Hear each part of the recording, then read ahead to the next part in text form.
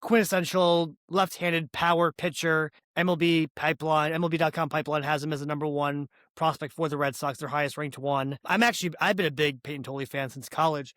I bought actually a bunch of his Bowman Chrome rookie cards and invested in them. Got them graded, paid nothing for them a couple years ago, and they've turned out to be really good. I sold one of them. I have one other one that gemmed as a 10 for the people out there who love the hobby. I have one, so it's a couple, probably worth about $400 or $500. I think I paid $20 for it back in the day because he was a round two guy that no one really thought anything of, but I watched him in college, and I thought that they were going to be able, like, if this guy can get hit as a especially as a lefty, if they can increase his fastball velocity, he could be something else. And we all saw that in his first game against the Pirates and Skeens. He out-dueled them, and we thought, like, whoa, what do we got here? 60-40, a Red Sox podcast. Big John and Sean, hot takes, special guests. This is 60-40.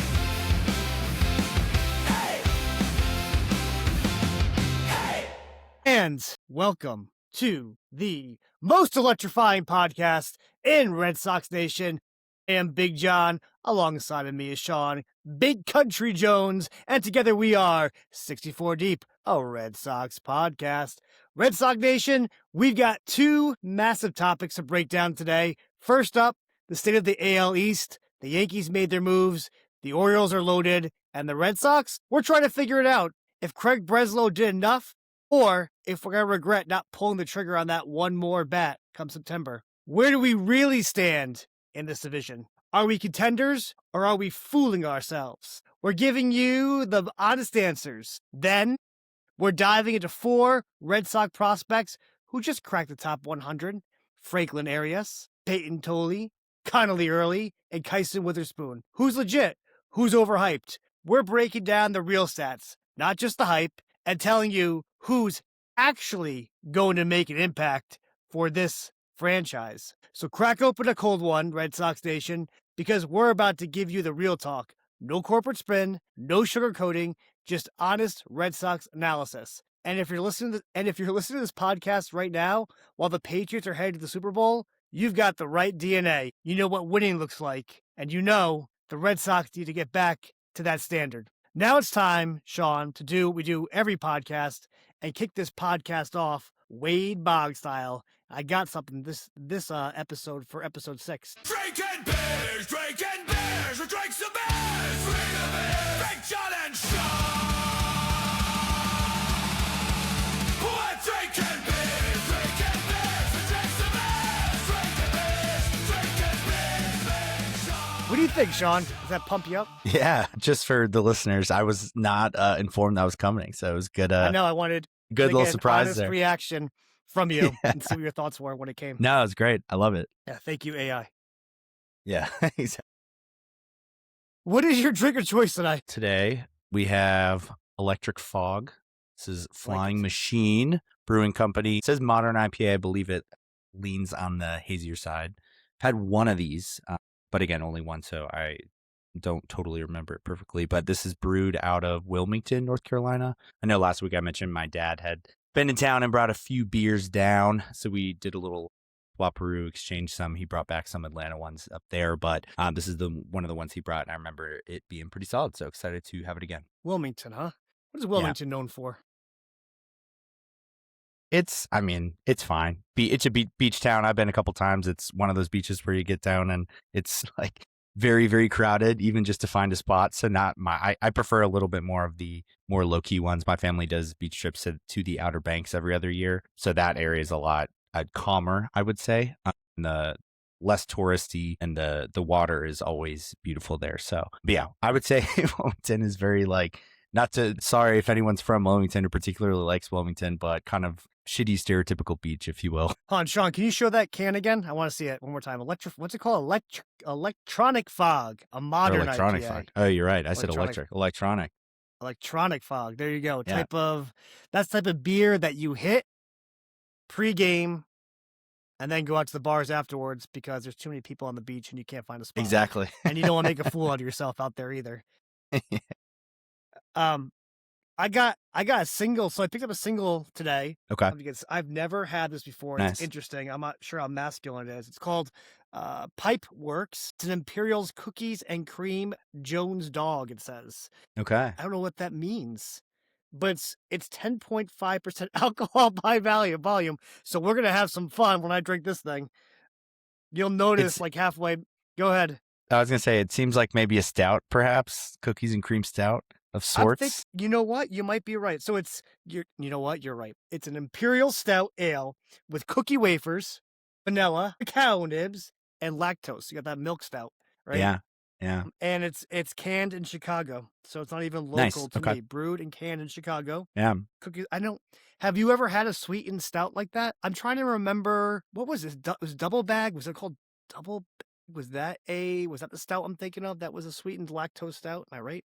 No. Maybe. I'm not sure if I'm familiar with that one, but I feel like a lot of stouts are sweet these days. I mean, a lot of them are more like almost like coffee type tasting, but I've certainly had ones where they put in the like obscure flavors, chocolate, cookie, like that kind of thing. So I don't think that's super abnormal. But no, I mean, let me know how it is. Obviously, I'm sure. I'm going to. I got a dog on it and everything.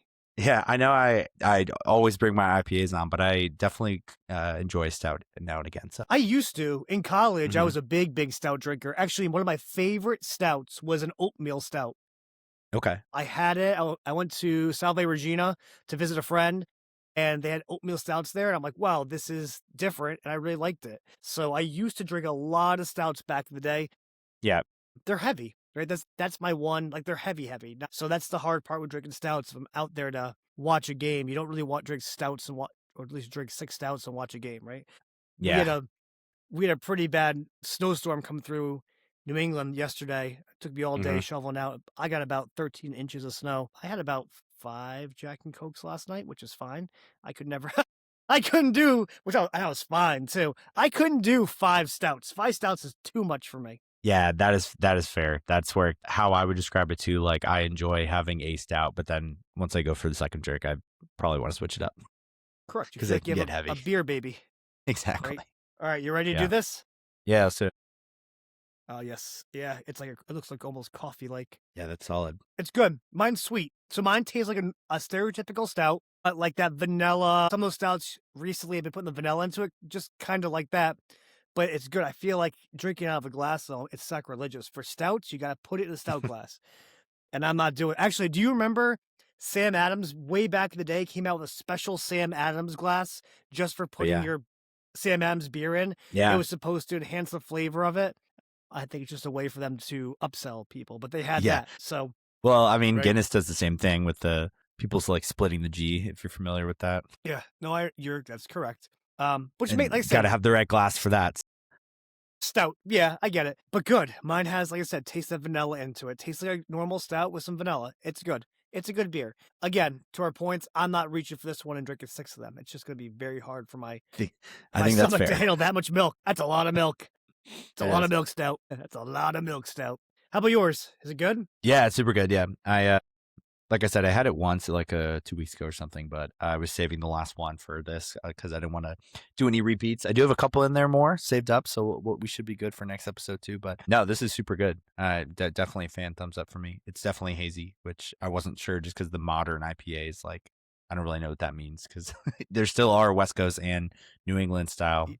Both would still considered modern, I feel like, because they make them regularly. So, do you track your beers? I used to use that app 10 years ago. I guess it's still around. Yes. Untapped. Yeah. So I go back and look what I have. I don't post that often, but I definitely use it for like if I'm going to buy something, because I feel like it is pretty generally accurate, just in sense of like if you get anything 4 or above, like it normally is quite solid, but then you get something in like the 3-5 range and it starts to get pretty meh. So and then if you see one that's like 4-4 or something like that, it's normally super good. So I definitely use it when I'm like at the store trying to buy a new one, or if I'm at a brewery that I haven't been to before and want to see which one I might like better. But also kind of shows you the coloring and the flavors and all that and stuff. So I definitely do use it.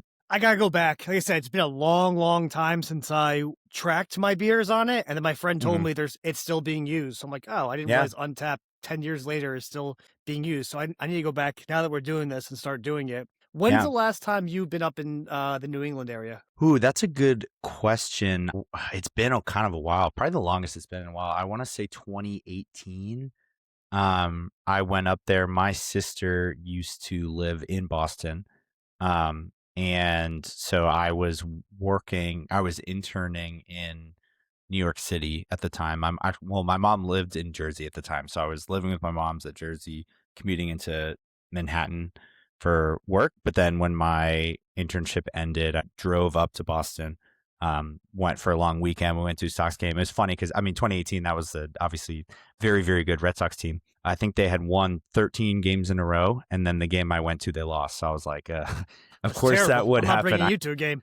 Exactly. Terrible luck.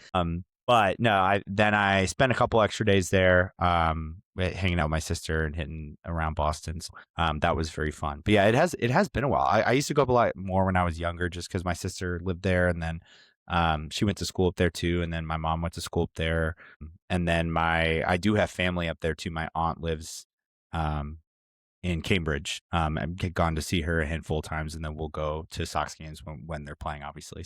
I have seen a good, living in Atlanta, the most games I've seen in stadium is the stadium here, but Fenway's definitely second for me because every time I'm up there, try to get a game in, obviously. So I was asking because I was wondering if you have ever been to Treehouse. Have you been to Treehouse and grabbed a beer there? I don't think so.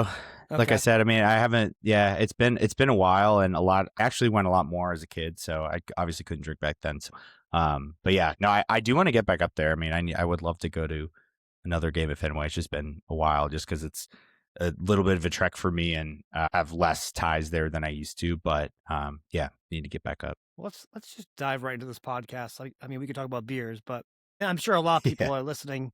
Don't mind. I actually have people that text me and they actually like our beer segment. They'll give me their thoughts on it too. So, but let's dive into the AL East. Mm-hmm. It's been no secret that if this was a conference, this is the SEC Power Conference of baseball. That's what it is.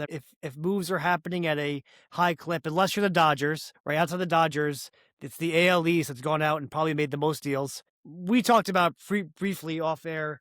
We're probably not going to talk about the Rays. And again, Tampa. Talking about the Rays, let's say they are the worst team in the division. They are still a pesky team. There's a lot about that team. I don't want to, you're not going to go in there and sweep them. They're not the Twins. They're not the, give me a bad AL West team.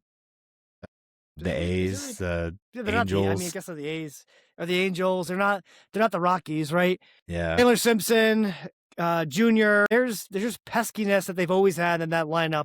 So we'll just keep them out. But they're gonna, they may play spoiler in this division when we at the end of the year in September, we'll do head to head, and me and you will sit there crunch the numbers and saying, hey, it was the fact that we went 500 against the Rays and some other team went 8-2 against them, and that's the difference, right? I could see that happening. Yeah, and I'll say this. They missed the playoffs the last 2 years, but they had made it 5 consecutive years before that, including a World Series appearance. So I don't want to disrespect them by any means. They tend to be better than expected most seasons, but it's just really hard when you've got such limited payroll flexibility where they can't afford to make bad trades. They can't afford to make bad signings. If someone gets too good, they basically have to trade them. So it's not their fault, just because of the market that they're in. And I think that, for my estimation, over the last 15 years, they've been one of the best small market franchises in the major leagues, just because they don't make bad trades. They never make bad trades. They've had a really good front office over the past 15 years since they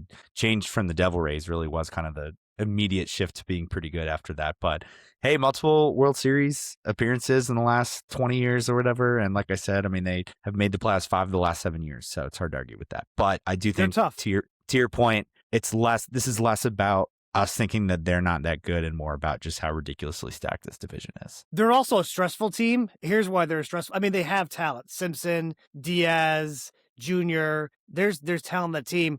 They're also stressful because there's something about Chandler Simpson I really like. Like, I would love to have a Chandler Simpson type player. He gets on first base and then he might score a run, right? Like, just like that. He steals second, steals third, sacrifice fly. Like, whoa, it's already 1-0. Yeah. And he's a very unique player. I'll say that. 26 RBIs in 109 games is not exactly good run production there. But to your point, batted right under 300 in 44 stolen bases, but Well, yeah.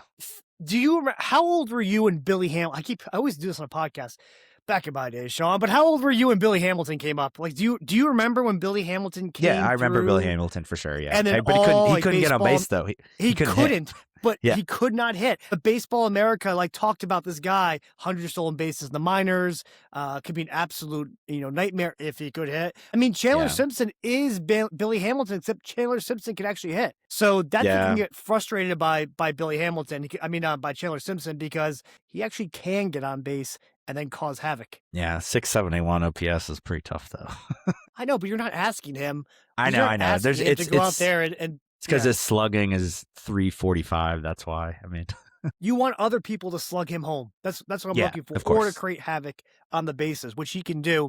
And if your team, like the Red Sox, which we have a hard time scoring runs, every time we go down 1-0, especially once Roman Anthony got hurt last year, every time we went down 1-0, it felt like we went down 5-0.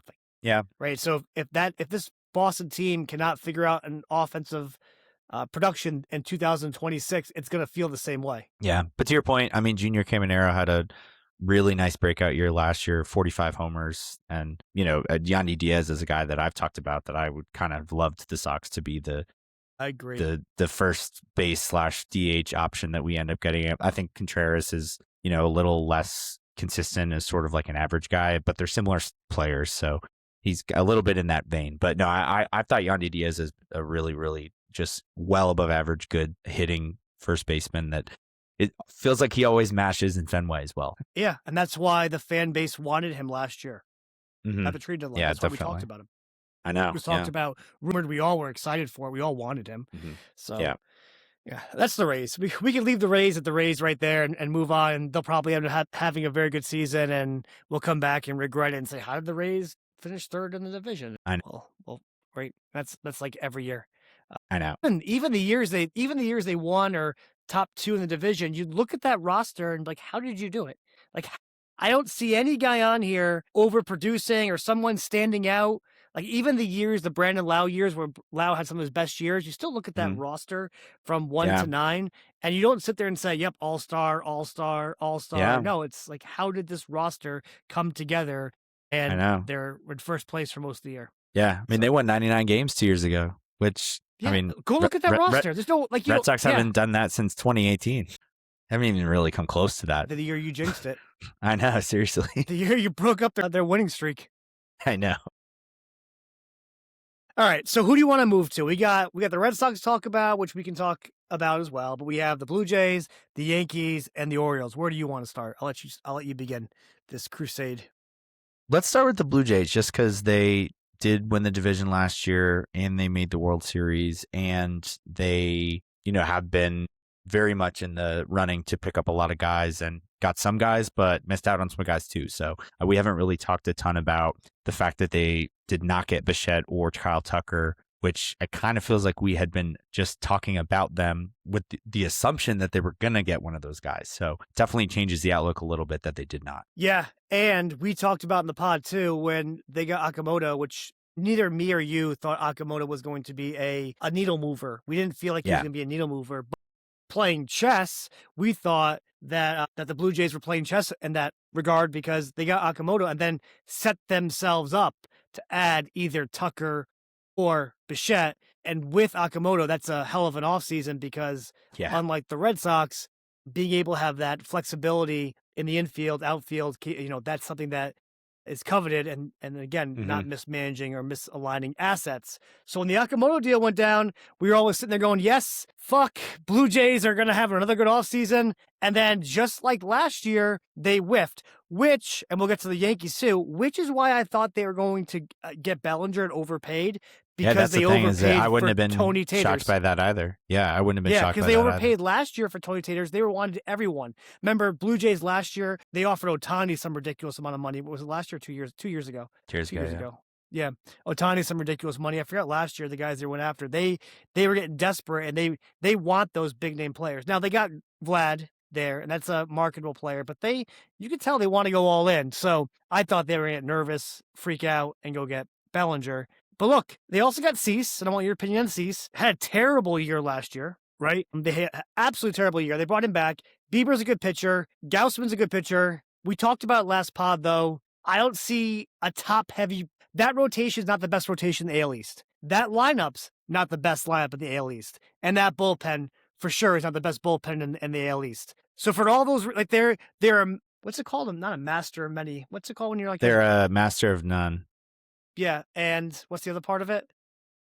Come on, finish my sentences. Something of many, yeah. Something of many. They are the something of many. And so when I look at that team, they are the something of many, whatever that something is. And therefore, I don't see them as being the favorites to win the AL East this year because they don't stack up as well against the other teams in the AL East matchup-wise. But who knows? Like, who knows what happens in the season?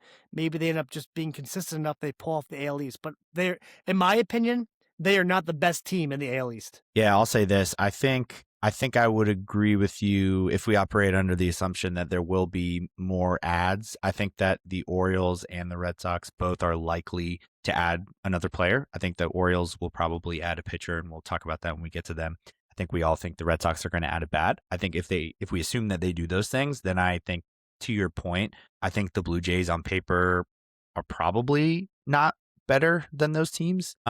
But if they don't do those things, then I think I would have the Blue Jays still ahead, just because I know you talked about the rotation, and it is a little, it's deeper than it is in terms of like top heaviness. Like, they don't have the clear cut 1A, like, you know exactly what you're getting type ace guy. I know they gave a lot of money to Dylan Cease, but to your point, he was not very good last year. He had a 4.55 ERA. And while that is more of an outlier for his career, he had a 4.58 ERA 2 years ago also. So he's basically had alternated bad and good years throughout his career. So I'm sure he will have some very good years during the 7-year contract that he got with Toronto. But I would assume he's probably going to have a couple bad years too. And so if they get one of those bad years, then the rotation looks a lot less dangerous. But I still think that the rotation is going to be really, really good. I think it's debatably top 5 in the majors, even though they don't have that ace, because they've got so many options of guys that could become that ace. You know, Trey Savage last year obviously looked really, really good. And we said we're going to talk about the top 100 coming up, but he's one of those guys that was ranked pretty high in there. And we saw him look dominant for stretches in the postseason. And so I can only imagine if the Red Sox had a guy like that who finished the year like that, and we went to the World Series and he pitched really well in those big moments, we'd be kind of penciling him in as a probable future ace sort of situation. So I don't want to discount what he did. I mean, we kind of do with Connelly Early, and I don't think Early deserves that yet, even though he pitched a great game. But I think Savage doing it on a bigger stage, more with like more reps in the postseason, was telling. Again, to your point, it is still a very small sample. Like, he in the regular season, he only pitched 3 games, but he still looked good in those 3 games. But the point is, he's got a little bit of a bigger sample than Early does, and he did it in the biggest moment. So I'm more just saying, I think that I don't want to discredit or discount the fact that would I be shocked if he won 18 games and had a 2.9 ERA this year? I would not be shocked by that. I'm not saying he definitely will. It's not a sure thing, which we've been talking about how I want the Red Sox to get sure things. So I'll be fair there, but I'm just saying, like, that could be something that does happen for this team. At the same time, I think go ahead. Going into the season, right, if we look right now, if you stack up the roster, the rotation against the Red Sox, right, Sean, the Red Sox have a better rotation than the Blue Jays, right? Yeah, I think probably, but I think it's only because they don't have that number one clear-cut ace. I think that, 2 through 5, the Blue Jays are as good and maybe could be better, just because I personally think I was hoping multiple times throughout the last 2 years the Red Sox would add Shane Bieber, because I still think he's got a lot left in the tank. I know he's had injury issues, but the guy has just been dominant before those injuries. I mean, he's obviously won a Cy Young, but he had basically 3 straight years of like legitimate ace numbers before he got hurt. And then last year came back and looked pretty damn solid, even though he came back mid-season and was kind of unfairly thrust into not just into a postseason race, but with the pressure of basically being like the number 2 on the team. And he did pretty damn well in that spot. So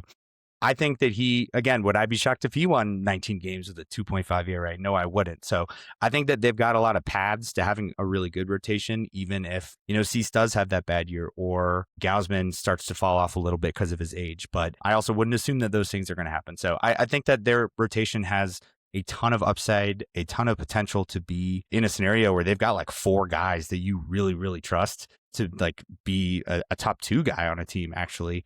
And we have not even talked about Jose Barrios, who, was kind of like pushed aside in the postseason a little bit last year. And he didn't have one of his better seasons, but it wasn't like he was terrible. He had a 4.17 last year. And before that, he had essentially been their ace. He had back-to-back seasons starting 32 games with a 3.6 or better ERA. So like he's also been a guy that would qualify as sort of the 2 or 3 range type guy. And now he's their 5th starter that they don't even have to think about that spot. So I'm higher on their rotation probably the most, but I hear what you're saying about the Red Sox having a stronger one. But I think the main argument for that is because we have a Crochet and they don't, which I think is a fair argument. And I probably agree.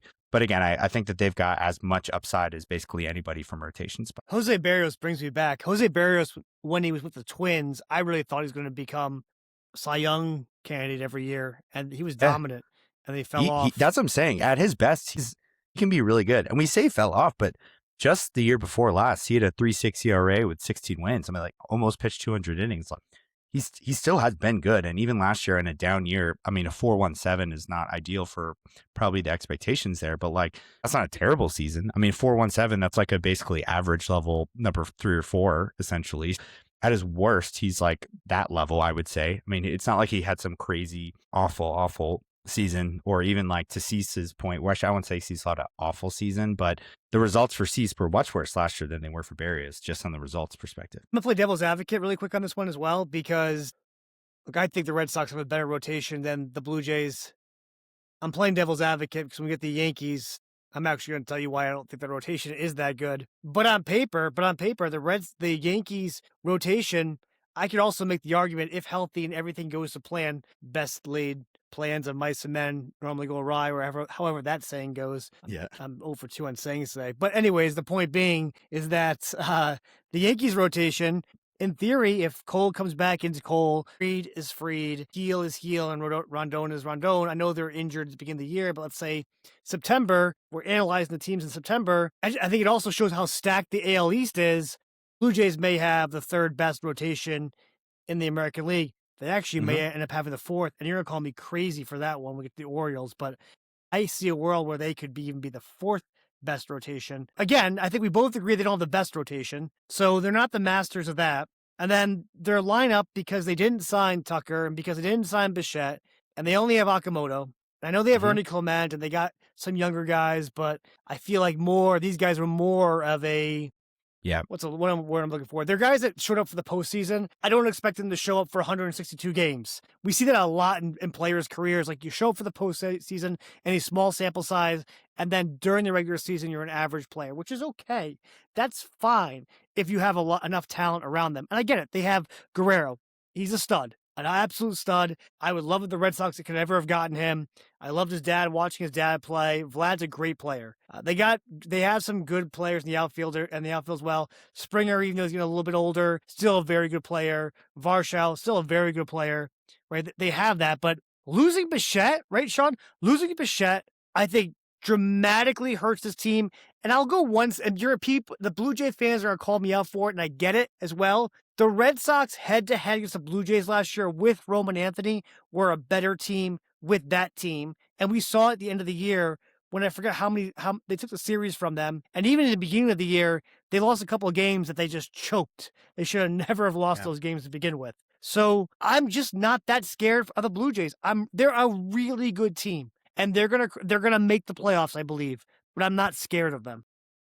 I think that's fair. I'll say this. I'm hyping up the rotation, and I still firmly believe that they're, one of the best in the majors. And to your point, if they do end up being the 3rd best rotation in the AL East, I don't think that that's an insult, because I think there's some really good rotations, to your point. If everything works out for the Yankees, and we'll talk more about them when we get to them, then their rotation could be the best in the AL too. You know what I mean? So like, I hear you on that. And I think that's more of an indictment on how good the AL East rotations are, rather than saying like, oh, well, the Blue Jays don't even have the 2nd best in the division. But to your point on the offense, I very much agree with you on that their offense is significantly less scary than it was a year ago without Bichette there.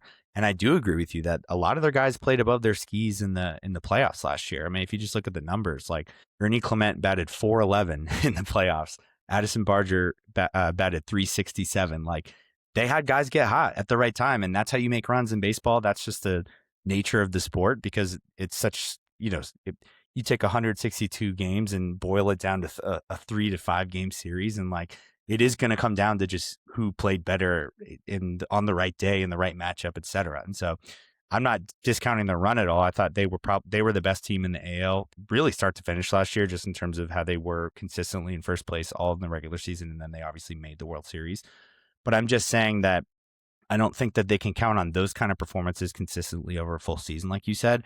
And I do think it's a huge downgrade to go from Bichette to Okamoto, who, even in the best case for what Okamoto could be, like it's not going to be what a peak Bo Bichette season looks like, or even an average Bo Bichette season, I would argue. And so maybe they're a little bit better defensively with him in there, and then they'll move Jimenez to short. But I don't know. I think that they had a lot of things go well for them on the offensive side of the ball last year. Like George Springer had been kind of on the decline, and then out of nowhere put up his best season in seasons, probably his best season with the Blue Jays, batting .309 with a .959 OPS, 32 homers. Like, again, I've always been a Springer fan, and I think he's a really good hitter, but he's, going into his age 36 season. Wouldn't be shocking to me if he declined down to 20 homers and batted .260 or something like that, which would be more in line with the progression of where his career had been going. And if that happens, if they get declined from him and Bichette isn't there anymore, and Okamoto is just the average case of what people expected him to be, then there's not a lot of scary bats in that lineup outside of Vlad, even though like Alejandro Kirk's a well above average, hitting catcher, but he's still not like a middle of the order masher type guy in this team. So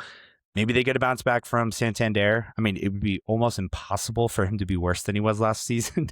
He batted sub 200 with a -1 WAR. Well, he was injured. How many games did he play last year? He played 54. I mean, it's not, Yeah, I mean, it's obviously, well, I know he missed a lot of time. I'm just saying that 54 games is still a pretty big enough sample where 175 batting average is a little concerning. Like, normally past the 30 game mark is when the averages start to mean a little bit, at least to start the season. So I know it's not fair. He never got a chance to get into rhythm, but I'm just saying that I would expect him to have a little bit more production at the very least. But if he doesn't have a season similar to what he had with the Orioles in the year before, where he hit 40 plus homers, then the offense could look pretty middle of the road unless we get some monster Vlad season, which, for as good as he was last year, he only had 23 home runs. Yeah, it's been a couple of years since he had that big offensive production that he did. And Tony Taters, which is very interesting about him, the Gino Suarez comparison, I would say, is very much real. Different positions. Mm-hmm. One's outfielder, one's third base. I agree. Both of them struggle defensively at their position. But Suarez and Tony Taters are very similar offensive profiles. So, yeah, I agree with you. Let's move to the Yankees. We'll talk about the rotation. I'll let you give your feeling on the rotation. Quickly, I'll make the point about Cole. For any Yankee fan out there that thinks Cole is going to go back to the pitcher he was pre-Tommy John, there used to be a world where it didn't happen. It took one full year before you actually became bounce back to your normal self. Adam Wainwright's a good example of that. There's others that have gone through Tommy John. Actually, the past couple of years, past maybe 7 years, 6-7 years, the bounce back has been a lot shorter. You can come back and be the pitcher you used to be. But it's not a guarantee. Walker Buehler is the poster child to say that it's not 100%, because Buehler, prior to his Tommy Johns, I would argue was a top 3 pitcher in the National League. I mean, he absolutely dominated at one point in his career before he got injured, and he's no longer even close to what he used to be. Let's leave the pitching, and you can talk about the injury, Sean, as well. I want to talk about the bullpen, because they lost. The Mets came over there and robbed their bullpen from them. Mm-hmm. And a lot of Yankee fans said, well, Devin Williams was terrible for us. Weaver wasn't very good. I don't think Yankee fans understand what not very good is. I get it. Devin Williams blew up a couple times, but he also had months where he was lights out. And Weaver was consistent. Go try having Isaiah Campbell and Jordan Hicks in your bullpen. That's terrible. Like for Yankee fans, they don't understand even what they consider bad is stable compared to what they might end up with. A Hicks, a Campbell, that type of player. You got that in your bullpen. How many times, Sean, last year we talked about in like pod 2, where Campbell came in like an 8-run lead and like, it's not over. We're going to have to bring Chapman in to close this game out. And that happened like 3 times. Like legit happened 3 times. So my biggest problem with the Yankees is, besides the fact they're starting pitching, I don't believe in it.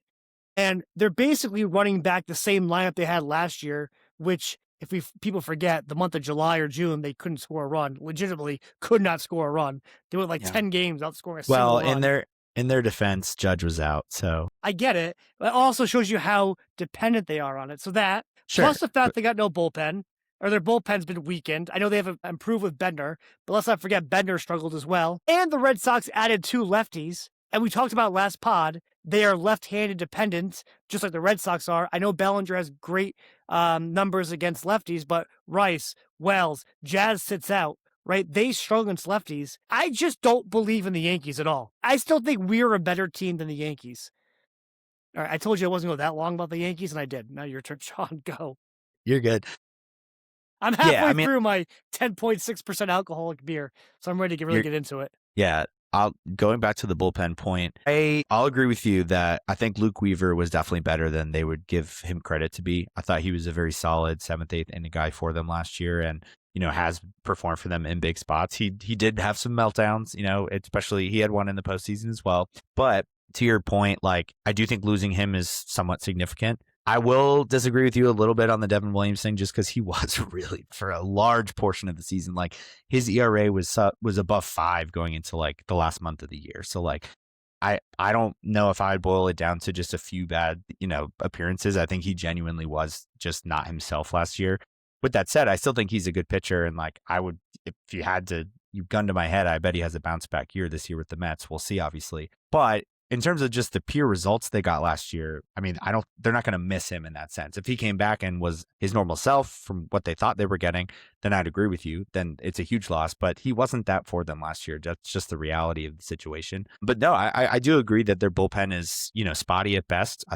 I think the Red Sox bullpen is definitely better. I think Toronto's proved last year that it, has enough pieces to get through a deep run, but they do have question marks. I mean, David Bednar was really solid for them and stabilized that closer spot for them. But outside of him, coming into next year, they don't have a ton of guys I really trust. Tim Hill was pretty good for them last year, but he's getting older as well. And then other than that, it's a lot of like kind of improving guys that haven't had a ton of big time results, and they haven't really made any meaningful additions there. But I will say that one thing that is at least positive outlook for them in that regard is that their rotation, once their guys come back and get healthy, like once Cole's in the fold, once Rodon's in the fold, then they have a surplus of starters. And so I think that they have at least an opportunity there to, maybe they push guys to the bullpen. They just traded for Ryan Weathers. We talked about Luis Heel, Cam Schlittler. They still Will Warren, Clark Schmidt. All these guys were starters for them last year, but they're obviously not going to have a 7-man rotation. So when fully healthy, 2 of those guys, or actually that's 8 guys, sorry. But 3 of those guys can move to the bullpen. And I don't think I think maybe only Schlittler and maybe Warren have options to get sent down. So they're still going to be on the major league roster. It's not like they can just send them down to AAA. So we'll see. For the rotation, though, I think there's a lot of what ifs just with the injury and age for these guys, like you mentioned. But I do think that at full strength, their rotation, to your point, could be one of the very best as well. We talked about it a little bit on the last pod about like their top 2 versus the Red Sox top 2. I think that you would take the floor of the Red Sox one for sure, just given Cole's uncertainty. And to your previous point, like the Tommy John thing, there definitely was sort of like the, your first year back, typically you're kind of like 80% of what you normally were before you usually can get back up to 100, but he's getting up there in age. So he is a little bit of an unknown, but he's still really good. He had a 5-year stretch where he was probably a top 5 pitcher in baseball, and so I'm not going to discount. Top 3. I'll give him the credit. He was extraordinary. He was very true good. Ace. Early with Pittsburgh, he was great. Yeah. So we're good. No, I was going to ask you, how about Grisham? Sean, give me, like, Grisham's never had an OPS over 800 until last year. The one time he did was like 50 games. I don't consider it. What are your thoughts on Grisham? Does Grisham bounce back? Like, that's another question mark where, like, there's no way Grisham does what he does last year. I will agree with you on that one. I think he had an outlier season. I mean, the power was way higher than it's been in the past. And this is a guy who's had some seasons where he was hovering around 200 for a good portion of he had 3 straight seasons before last where he batted below 200 for the whole year. Yeah. And OPS his average OPS is 600, 650, whatever it is. Yeah. And he played 152 games one of those years with a 184 average, 153 games the next year with a 198 average, and then only 76 the next year, but still 190 average. I will 100% agree with you on that. That was a huge outlier season for him. And I kind of think that they probably were hoping he would not accept the qualifying offer because that was, he's making the draft pick. Well, he's also making over 20 million now. And so people were saying that kind of put a wrench in their plans because it seems like they were almost kind of cutting or trying to like prevent taking on some more bad contracts just because it's going to get ugly for them pretty soon when you've got all these massive deals, guys in their mid to late. Yeah. Bellinger. Yeah. I'd try to find the tweet, but I saw something where it was like the age of the guys and how much they're going to be making at a certain point. But until I find that, but yeah, Grisham is. Look that up. I'll make the point too is while you're looking that up look, I really like Ben Rice a lot. I think Rice is a good player. I'm gonna give him a lot of credit. He's a good player. Mm-hmm. But the Red Sox did something very smart by bringing Ranger Suarez in. Rice against lefties not very good. Rice against Suarez and Crochet in a short series. If I'm a Yankee fan, I just don't like. I don't like the Wells. I don't like having Suarez up there. Jazz is terrible. You got Judge. As long as you got Judge, you got a puncher's chance.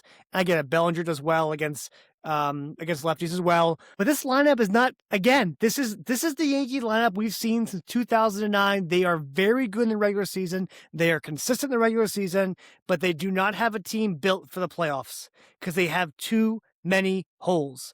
And this Yankee team, once again, has too many holes. You went a whole month last year without scoring a run. You're a very streaky team, and it comes back to haunt you in the playoff time. And the same thing is going to happen. It's their DNA. Outside of Judge, like I think Judge is a great player. Outside of Judge, the DNA of this team, of the Yankee team as it's built right now and has been built for the past 16 years, 15 years, is not built to win playoff games. Period. And that's the whole team. Yeah, here it is. In 2028, the Yankees will be paying a 36-year-old Aaron Judge $40 million, a 38-year-old Garrett Cole $36 million, a 34-year-old Max Fried $27 million, 35-year-old Carlos Rodon $27 million, and 33-year-old Cody Bellinger $32 million. So could get very ugly for them very quickly. That doesn't even talk about Stanton. I don't know if his contract might roll off before then, but he's still making a lot of money as well. They also have a little bit of the same issue as the Sox in terms of they got kind of too many guys for not enough spots. Because I think they were hoping that Jason Dominguez would sort of be full-time starter coming into this year. But then when Grisham accepted the qualifying offer, it kind of threw things off because between that outfield's just pretty crowded. Judge is obviously going to be in there. You kind of have to play Grisham if you're paying him over $20 million and he had the season he had last year. Then Bellinger is obviously going to be out there. And then, you can't really play any of those guys at DH because Stanton has to get in the lineup. And they tried to put him in the field last year and he was awful there when Judge was out. That's not even to mention that Ben Rice normally was DHing when he was playing. I know that first base is open now with Goldschmidt, a free agent. I don't know if they're going to bring him back, but they'd probably be well off to bring him back because he was phenomenal against lefties last year. He absolutely mashed on lefties, and they don't have a lot of guys in the lineup that can do that. So I watched him as Crochet a couple times, just either put good bat to the ball and get a single or home run or extra base hit. He was very good against lefties. Yeah, so then it's like, can Dominguez even get in the lineup? I mean, but then he wasn't very good last year anyway. Nope. So terrible. I was at Fenway Park when he had that terrible base running decision where he got picked off at second base. And that's why a lot of Yankee fans wanted to trade him and put him in deals. They realize it too. He's not good defensively. He's a 20-whatever-year-old player. I mean, 22. We call him the super senior as in terms of prospects go. And a DH, 22-year-old DH. That's what you got right there. Yeah. So the lineup certainly has holes to your point, but I'm not going to at the end of the day, this team is going to hit a lot of home runs. And that's something the Red Sox don't have, for example. And I know there's different ways to score runs, but we've been begging the Red Sox to add more power and get some pop. And so it'd be a little disingenuous for us to come on here and shit on their lineup a ton when they have exactly that. They have their own flaws, obviously. And to your point, I think it's amplified more in the postseason. But over the span of a regular season, if you've got 4 guys hitting 30 home runs and 8 hitting 20, you're going to win. You're going to score a lot of runs. And with this rotation on top of that, you're probably going to win a lot of games. I'm not out on the Yankees by any means. I think that they are they have potential to be a little better than last year if the rotation with Cole back and whatnot. But to your point, the bullpen's a little worse. So I kind of just expect them to be about the same as they were last year. A team that can win like 90 to 95 games, probably gets in the playoffs, whether it's a wild card or a division title. But I think they're going to have a lot of the same issues come postseason time unless their rotation pans out the way it can in the best case and they just are a dominant 1, 2, 3, 4 or whatever it is, and then they get enough runs from hitting the ball out of the park. But over the span of 162 games, it would not shock me if the Yankees won the division. I think that they're good enough and they have enough things that they can fall back on and enough upside pieces that could, be the X factor for them. Yeah, they're going to be a pain in the ass is what they're going to be. I agree. They're going to make the playoffs. I agree with you on that one. I really do think they're going to make the playoffs. They just don't scare me. But this last team does scare me. We talked about it on the first pod that I think we did together. I told you that once the Boz trade went down, I was worried about the Orioles. And then we said, well, they still need one more pitcher. There's been rumors out there the Orioles might get Framber Valdez. If they get Valdez, I'm going to tell you right now, Sean, they are my pick to win the AL East. They scare the hell out of me. And not just because of the Valdez and Boz moves. It's also because they have... I don't remember if you watched a couple games last year, and you can pull up Trevor Rogers' numbers, but Trevor Rogers was phenomenal when he came back. I think he had an ERA under 2. Like, absolutely. He did. And he beat Crochet in a game. Like, he was stellar. And they have, what's his name? Bradish coming back as well. So yeah, Kyle Bradish is right off of Tommy John for a full season. The year Rogers had last year, Shane Baz, Framber Valdez, if they get Valdez, who's, despite all his issues, is a legit number one. He really is. He's a legit number one. He's not as good as Crochet, but he's legit number one, along with the rest of the team. And that lineup, having Alonso and Gunnar Henderson on that lineup, and we'll see if Colton Cowser gets a full year. I am petrified of this team, especially 2 years ago, what they did. So I am begging that Valdez does not go to the Orioles. Otherwise, I'm saying it right now in podcast 6, they're winning the AL East. I think that's fair. And, even 2 years ago when they were really, really good and, won the division, I was not over, or no, it was, they won it 2 years ago, right? Or 3 years ago. Well, this would be, so not last year, the year before that. Not last year, not 25, 24. So it had to be the 24 season. Okay. Yeah. Well, I was still never that scared of them then because I thought their rotation was still not that good, even though they had Corbin Burns, who I think is, a really, really good pitcher. And I think he's also a legitimate, true number one guy, top of rotation. When healthy. But it was kind of him and not much else. And I think that they've done a nice job of sort of rounding out the depth of the rotation, to your point. We talked a little bit early about Shane Baz. He's not going to be a top 2 guy, but they may not need him to be that if they do add a Valdez, for example. He's a very serviceable 3-4, in my opinion. To your point, Trevor Rogers, 1.81 ERA last year in 18 games. He had 5.5 WAR in 18 games. That's on pace for basically a 10 WAR season. He dominated Crochet in a game. He dominated. I watched him dominate the Red Sox twice, where we could not score runs off of him. He was phenomenal. Yeah, he was incredibly good last season. So I mean, do I think he's going to have a sub 2 ERA? No, but he obviously has shown that at his best, he can be a top of the rotation type guy. To your point, but if they got Framber, he's a 4. He's a 4 with Framber there, right? Yeah, Valdez, Bradish, Baz, him. Bradish since 2023, so this is over 44 games because he's had partial seasons the past 2 years, but a 2.78 ERA. So he's been consistently very, very good as well over the past 3 seasons, even though it's really only like 1.5 from a game's perspective. But regardless, that top 4 is very, very solid. And then, they re-signed Zach Eflin, who wasn't great for them last year. In fact, he was quite bad, but he at least has had some good seasons in the past. But they've got other guys on the team as well. Dean Creamer was, pretty solid for them last year. 1.49 ERA, who's, that's like I just said about Arias, like that's fine if that's your number 5, then you get that kind of production out of someone. So they've got options for the 5th spot a little bit at least. And yeah, this is all hypothetical if they add Framber Valdez, I will say that, because I still think if they don't add him, or at least a guy of his caliber, this rotation is a clear step, like very clear step behind the previous 3 teams we've talked about, even with the Yankees injuries and whatnot, even with the Blue Jays not having their true ace either. I just think the depth is better there and they have more upside guys. But if they add Framber Valdez, I said on the last pod that I preferred him over Ranger Suarez because, like, I agree with you. He's a true number 1. He would have put a 1B next to Crochet in the Sox rotation. So if the Orioles do get him, then they've basically checked off their ace to-do list, which they desperately needed. They slot Rogers down a spot lower. They slot Bradish down a spot lower. And then Baz is more of a depth into the rotation guy. So that's a top 4 that I think is, very much good enough to win this division. And we haven't even talked about the offense, which they have a ton of upside. And power and young guys that could have huge breakout seasons as well. Yeah, I mean, Adley Rutschman took a step back last year, I think the last 2 years, but they still have Basallo, right? Basallo is going to be, could have, they have a prospect up and coming who has a ton of power. They got Alonso. They have Gunnar Henderson. I think Jackson Holiday is a joke, but that's a whole other. Westberg's a very good player. They have Colton Cowser. They still have Tyler O'Neill, which we have seen as well, has power, right? They have Kjerstad. How do you say Heston's last name? I've never been able to. I actually own an autographed baseball card. Just Bowman first of him too. I can't say his last name. Is it Kjerstad? It's Kjerstad, right? Kjerstad. Yeah, I think it's Kjerstad. It could be Kjerstad, Kjerstad, whatever. Kjerstad. But these are and Ike Irish in the minors too, who's not even on the 40. Well, he might be on the 40-man roster. Anyways, Dylan Beavers as well.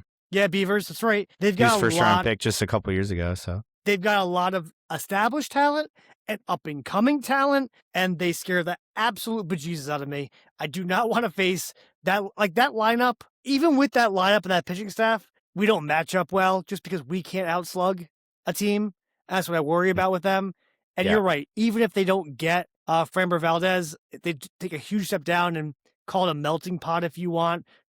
Throw in or a soup pot, throw in the Orioles, the Yankees, the Red Sox, and the Blue Jays and stir it up and pick a winner. And that happens. But once Valdez is there, it's different. Like, I think they separate themselves from the rest of the pack. That's what I'm worried about. But if they get Framber Valdez, the Orioles end up with Framber Valdez. They are my pick to win the AL East because that pitching staff, that lineup, Red Sox don't match up well against them. Even if they don't win the AL East, I don't want to face them in the first round or the second round. They're just a team on paper that we would not match up well against. And we haven't, Sean. Like to your point, 2 years ago when we played them, there were games where we were leading like 8-1 and we would lose the game. Cutter Crawford had a really bad outing. We just did not match up well against them. Yeah. I think it's fair to your point. I mean, I think they would be as much of a contender as anyone if they get Valdez. And I also want to call out, like, I know they didn't have a great year last year, only 75 wins, but they got off to an awful start to the season. And during the second half, they played well above 500. So it's not like they were some terrible team start to finish last year. And I think a lot of that had to do with the fact that Trevor Rogers was pitching for the second half. In that first half, they just didn't have the rotation that they needed. But once they got a little bit more consistent pitching there, they were, like I said, a well above 500 team. I don't know exactly what pace they were at, but I definitely remember seeing, like, since X date, they have Y record towards the end of the season, and they played well down the stretch. So, like I said, I think that if they can sort of round out that rotation with the key number one guy at the top with Valdez, or hey, maybe they make a trade for somebody else. They certainly have the prospect, assets to go out and get somebody of that caliber if they really wanted to also. So whether it's Valdez or at least somebody of that same tier, then yeah, I don't think that's a bad pick. I don't know who I'd pick because I kind of want to see how it plays out before I give like a formal pick, just because, if the Sox get whatever bat they get, maybe the Yankees do add to the bullpen like we talked about, that they could use some help there. So we'll see how the teams sort of shake out over the next month and a half. But I think the Orioles, if we operate under the assumption that they add somebody of that caliber, then they're right there at the top with anybody else. Which brings us to the Red Sox to round it out. Again, we've talked about in the pod as well. When Roman Anthony was there, they had the best record in baseball. Once Roman Anthony went out, they were averaging 1 run less per game without him than with him. It was that significant. And the team was different. I forgot what the numbers are. There's like the last 10 games, they had 3 where they scored 1 run or less, something of that nature. We all think, and Lou Merlone also tweeted today, he's expecting them to get a bat. We all expect them to get a bat. They have to, right, Sean? They have to get somebody. Is there any world where they just don't? I would be pretty surprised, but they've surprised me in ways I didn't want to be surprised in the past. So I guess I can't totally 100% rule it out. If you told me they were not going to get either Alonso or Bregman or Bichette or any of them, I would have been a little surprised too, especially Bregman. I thought he was kind of a lock to come back all offseason, especially after they missed out on Alonso. But so you can't rule it out, but I do think they'll add somebody. I don't think it's going to be some all-star caliber player, but just another guy that can play on the infield and hit every day. And I don't think they're going to sign Gino because they have roster imbalance right now. They got to do something to balance out that roster. I agree. Gun to your head, Sean, who is it? I still think it'll be Paredes if I had to pick, but they have been emphasizing defense a lot, and he's not great on that end, but he has been decent in the past. His first couple years, he actually was a plus defender. He's just kind of declined, but again, he's only 26, like we discussed. So you have to think that maybe, I don't know what's to explain in that kind of decline at such a young age, but maybe they could unlock something there. But I just think he checks most of the boxes compared to anybody else, like we've kind of touched on. I mean, to your point on Suarez, he'd basically have to be a full-time third baseman if they sign him, which I just don't think he's fit to be right now. He needs to get kind of rotated and probably play mostly first or DH. But, with Contreras in the fold, with Yoshida, with the outfield surplus, plus if Casas ends up coming back midseason, there's just not a spot for him at anywhere except for third. And I don't think they want to compromise the defense there. And I just don't think there's clean fits with the other guys because Nico Horner and Brendan Donovan, like we touched on, I just think those guys are going to cost a lot, and they're going to cost too much to the point where it's going to feel like we're giving up too much for players that only solve 50% of the problem of what we're looking for out of a guy. Let's play a game then. Let's call it, remember that game when we were in high school? I did not play this in high school, maybe in middle school. Kill, marry, fuck. Remember that game? We're going to kind of do that with baseball players. So give me the guy that you think is a safe bet. Like you said, the gun to your head, which you said is Paredes. The reach guy, the guy that you would really want to have on the team, and then the worst case scenario of a move they might make. The guy I would most want. Well, how realistic are we allowed to be, or unrealistic? I mean, do whatever. I mean, look, they've got so much talent in the pitching spot that I don't know what they're going to do with it. And when we get to the prospects, we'll talk about Tolle. Tolle is the top-ranked prospect according to MLB, not Keith Law, but MLB. You got him. You have Connelly Early. You've got Witherspoon. You've got, and I don't know why the name escapes me, but the second-round pick from last year as well, who I think is going to come out to be a absolute stud. I do want to just talk about him really quickly. Why can't I think of his name? Do you know what I'm talking about? Yeah, we were struggling with the name last spot too. I just bought his baseball card. I literally just bought a out of 50 baseball card. Marcus Phillips. That's Marcus Phillips. Thank you. Yeah, South Dakota Prep. Anyways, they have just a ton of pitching. So there might be something crazy in the pipeline just because of how much pitching they have, guys they have locked up. They got to do something, plus just so much depth in the outfield. So you can go a little crazy. I know I keep pitching about Ronald Acuna, but that's not going to happen. Yeah, I'm not going to go that crazy. I'm going to go at least somewhat realistic, even though I don't think it's going to happen at this point. But for Mary, the player that I would most want to have, I will go with Ketel Marte, because it just feels like the perfect fit at this point. He's the best player possible that they could somewhat realistically acquire. It allows them to play Marcelo at third. He's a switch hitter. He hits for average and for power. He's a at least average fielder. He just checks every box that they need right now. But again, I don't know how realistic it is. But to your point, I think we have the assets to pull it off if we really wanted to. I guess for fuck, I'll do Paredes probably. I wouldn't mind it. It's fine. Not my first choice, but checks some of the boxes. We talked about the weird splits he has and just his overall profile, and with his, trying to pull the ball, and he can hit it really hard, but only when he's hitting it to left field. But I think that Fenway would be as good of a ballpark for him as you could find out there. Plus, he is still 26 and he's pretty cheap right now. So he just checks some boxes, and we've seen the 30 home run power before. And then Kill probably, give a guy that you could see Craig making this trade. And you're like, oh, why did we make this trade? Why did we bring I'm going to say, and I'm going to clarify this is a good player, but Nico Horner, only because he's a rental as well. And I worry that they would overpay for him in the trade, and I don't trust them to re-sign him, because why would I? But there's been no sort of track record for this team to be able to lock their guys up, except for some of the super young guys. But if he's hitting free agency next year, and he's really, what was he, a 5-6 WAR player last year? He's going to have a really good market.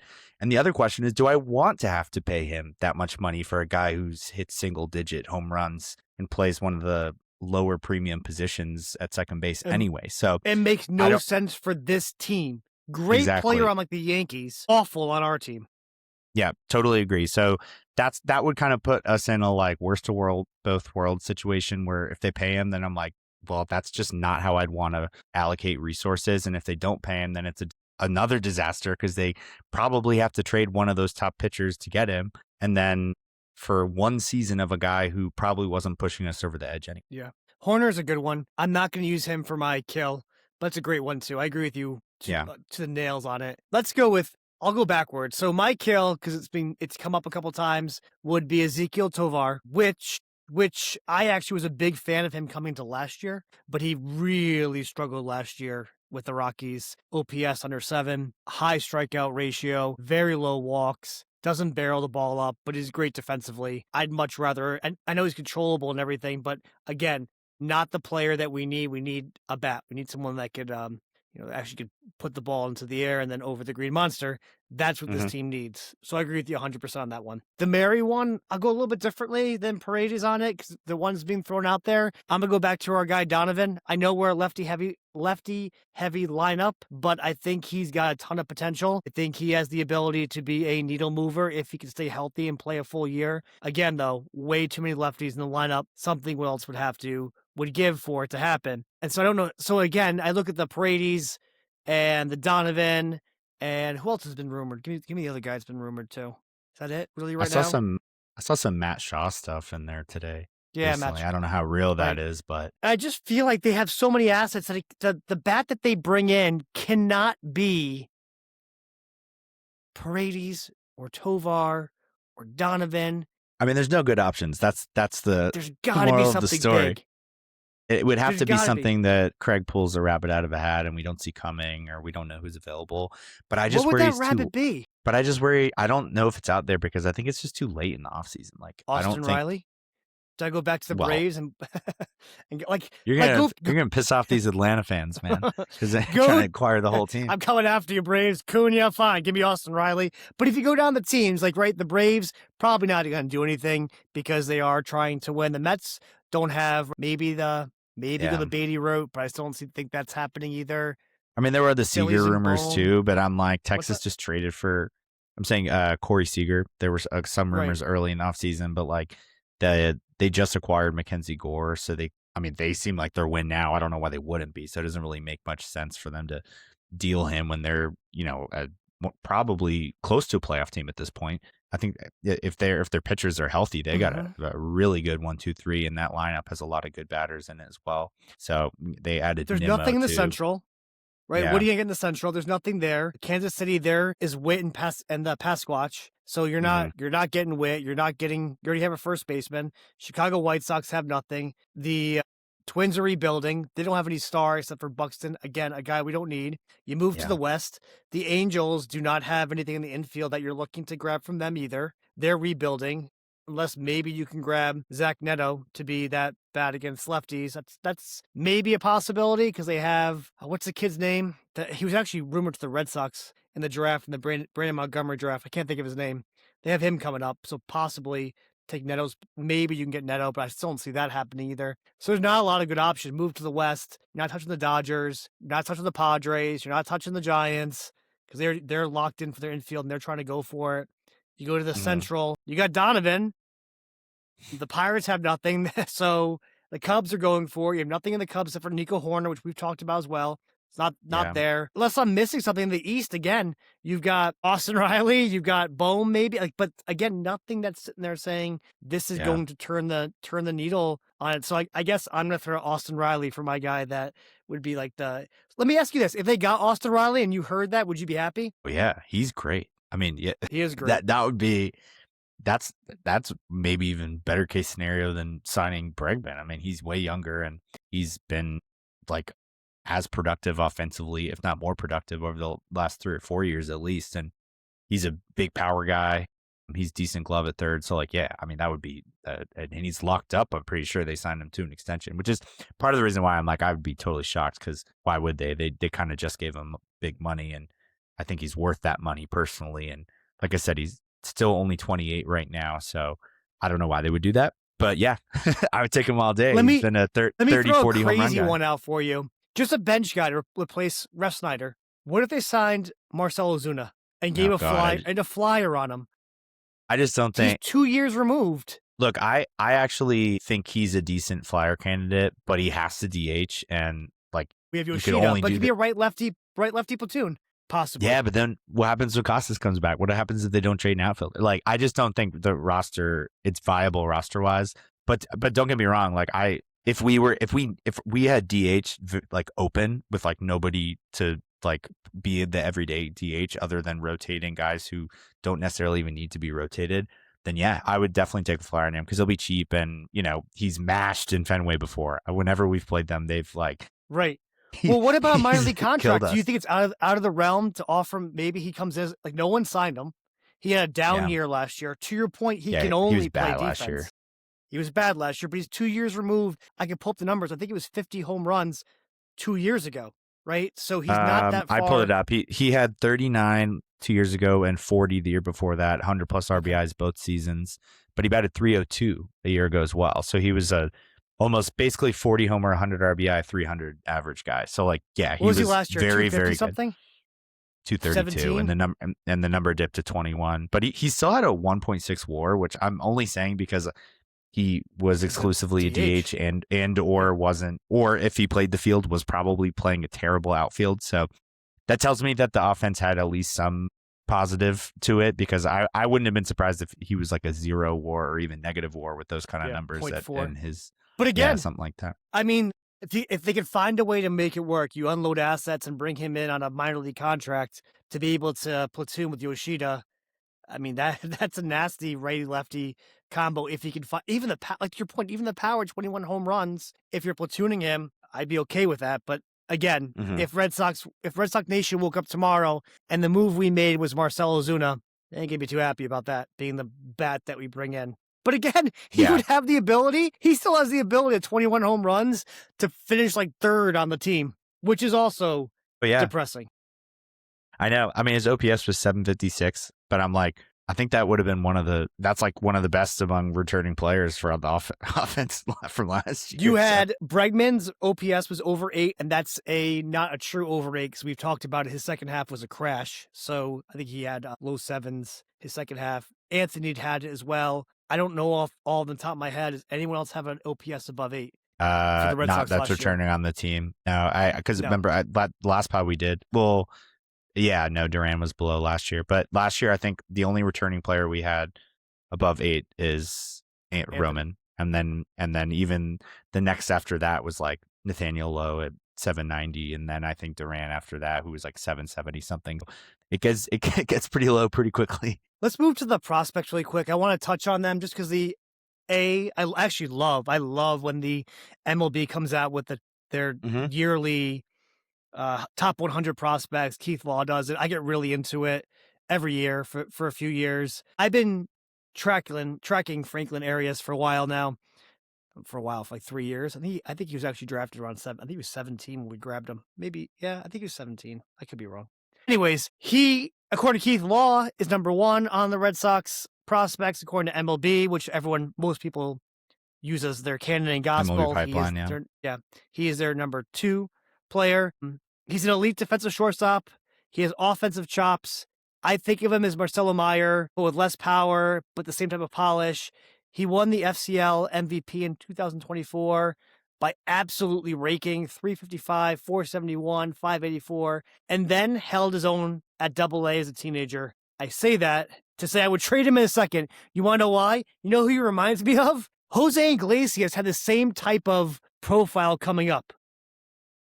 Yeah. You were old enough for Jose Iglesias, right? Yeah. I definitely remember Iglesias. Right. And everyone talked about how good, and he actually turned out to be a great role player.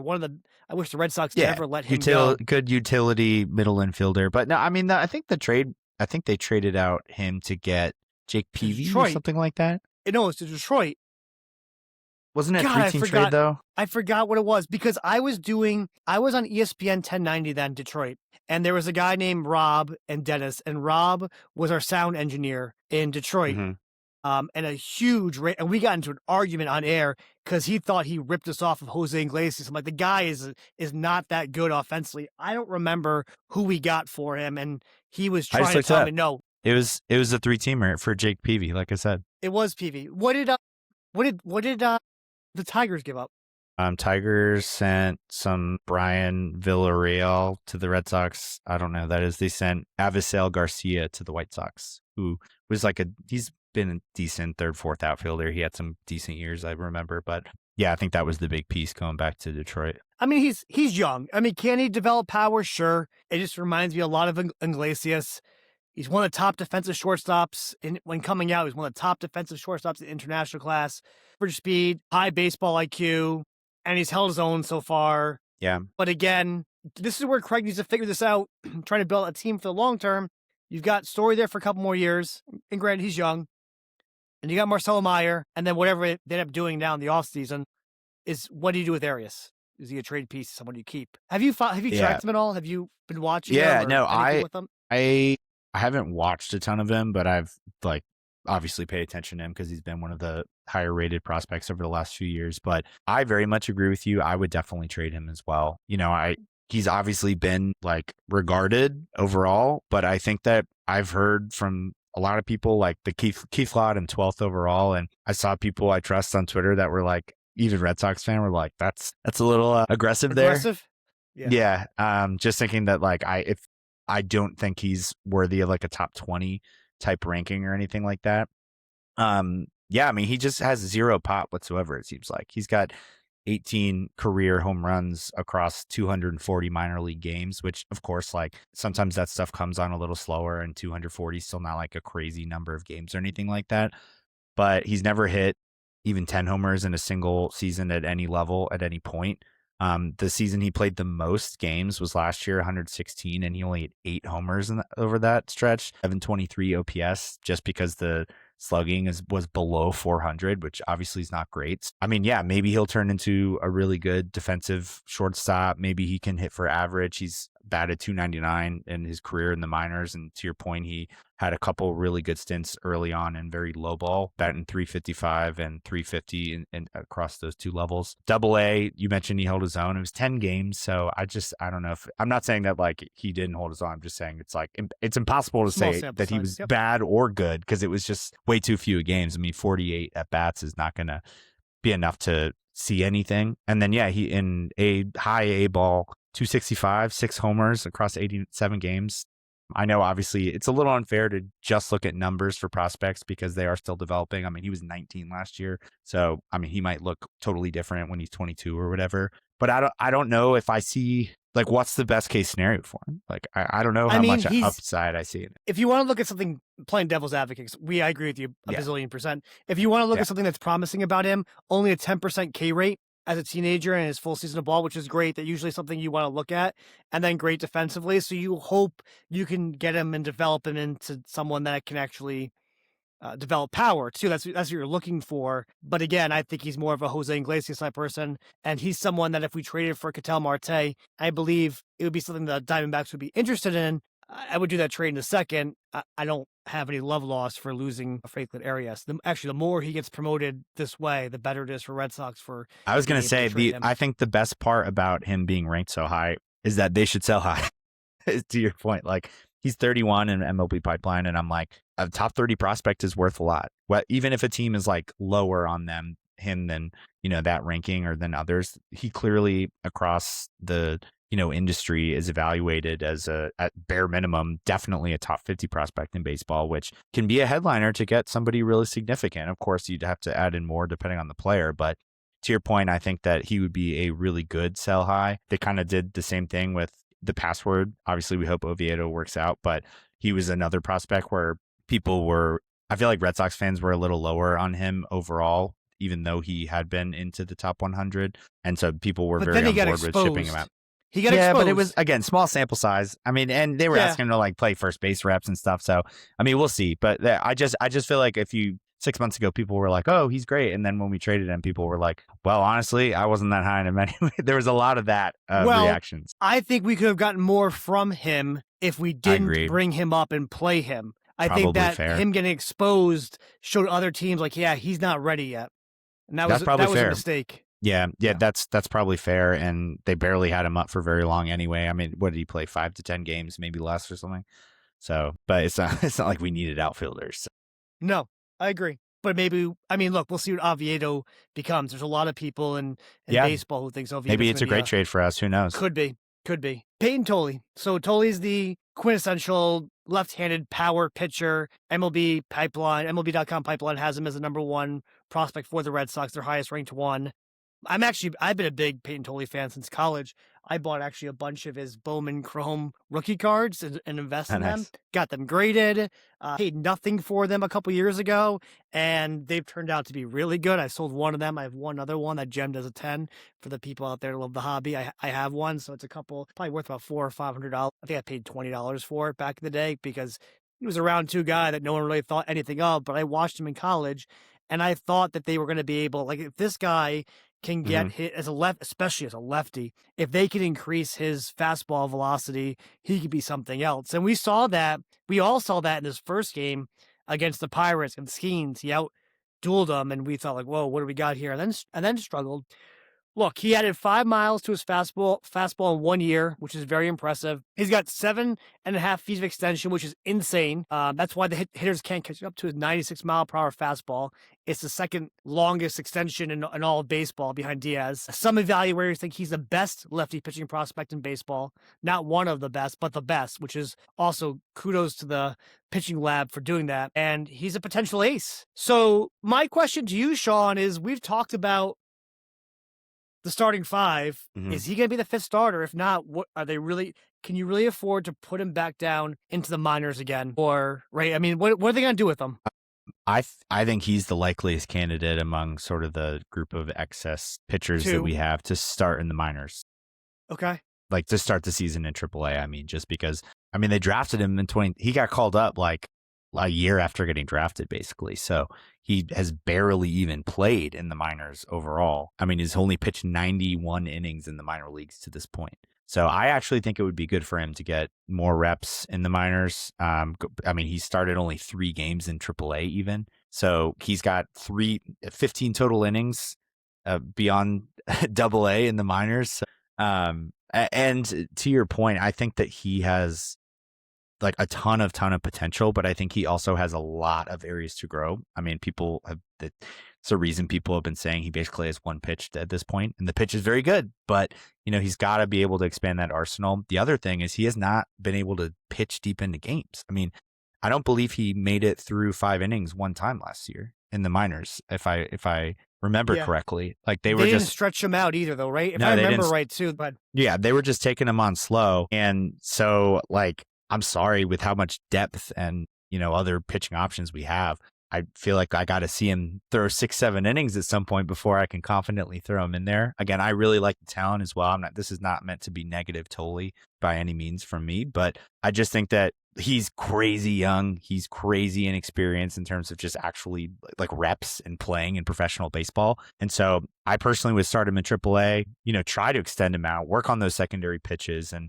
see what he can do this season. And then I think we can kind of reevaluate from there. I mean, I know he's been talked about as a potential trade chip depending on who the return is. And I think that that's fair, but I also think the people that are like, I really want to keep him, I think that's also fair. But I think I'd rather kind of see what he looks like this season and reevaluate, see how the other pitchers look that don't have options. And, maybe we get midway through the season and like Sandoval is not pitching well off of his injury, and Oviedo's not having as good a season as we hoped, and there could be opportunity to then bring him up midseason and be like, okay, we're going to give him like at least a chance to make this rotation down the stretch of the season. But to me, he's the most no-brainer candidate to at least just start the season in the minor leagues, and then again we can kind of reevaluate. He's also, like I said, let the pundits prop him up, because to be the number one left-handed pitcher prospect in baseball, especially being a lefty, carries a lot of weight. I mean, look, call me crazy.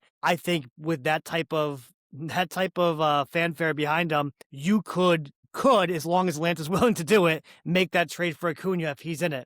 If you, the rest of Major League Baseball, and this is a deciding factor, this isn't for me or you or the people on Twitter to make this decision. This is the front office, because at the end of the day, they're the ones that make this decision. If the front offices in baseball look at Tolle and really believe he is going to be a number one left-handed starting pitcher, then there's a lot you can trade for him. They'll give up a lot for him if everyone else believes that. That's a big if. Yeah. And I think they do. And I do think he has really good value across the league right now.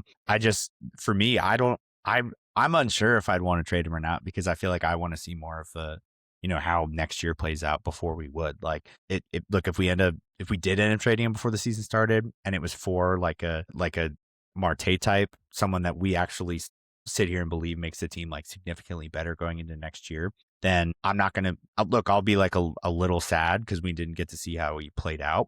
But I would understand it. And I would also be like, well, we have Ketel Marte, who's going to help this team win a lot of games this year. So I wouldn't be that butthurt about it, because I do think you got to trade prospects to get good players. And sometimes teams hold on to prospects too long, and then they fall in love with their prospects. Yeah.